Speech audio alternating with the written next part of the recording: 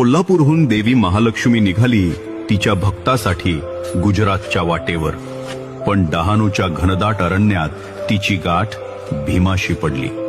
त्याने लग्नाची मागणी केली. देवीने एकच अट ठेवली, एका रात्रीत सूर्या नदीवर धरण बांधण्याची. भीम कामाला लागला. धरण जवळजवळ पूर्ण झाले होते, पण त्याच क्षणी कोंबडीच्या स्वरात सकाळ झाली. भीमाने काम थांबवले. तो हरला आणि देवी तिथेच स्थायिक झाली.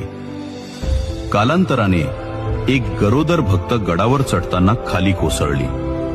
तिला वर जाणे अशक्य झाले. तिच्या व्याकुळ हाकेने देवीला पाझर फुटला. ती म्हणाली, मीच तुझ्यासाठी पायथ्याशी येत आहे. आणि तेव्हापासून हे मंदिर गड पायथ्याशी उभे राहिले.